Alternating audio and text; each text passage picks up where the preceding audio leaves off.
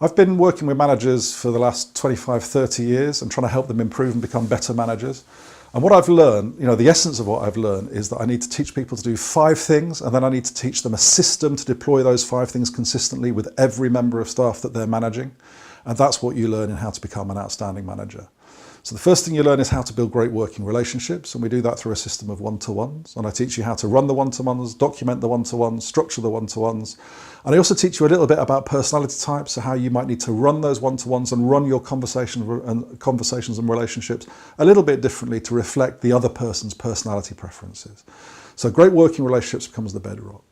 I then teach you how to use feedback to improve performance, how to give and get great feedback. I teach you how to give affirming feedback to get more of what you want, adjusting feedback to get less of the behaviours that you don't want, and how to use systemic feedback when people aren't really responding to the feedback that you're giving them.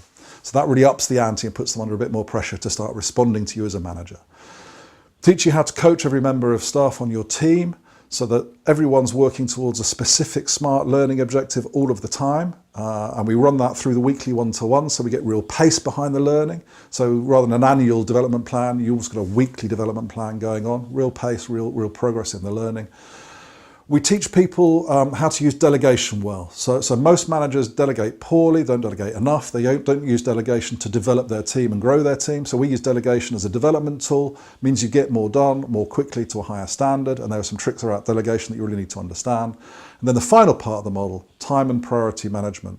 And this is about making sure that you're doing the right work at the right time in the most effective and efficient way.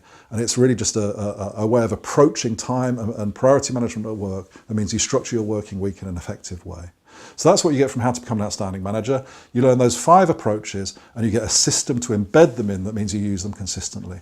And within 6 months, you'll go from being an average manager to being an outstanding manager.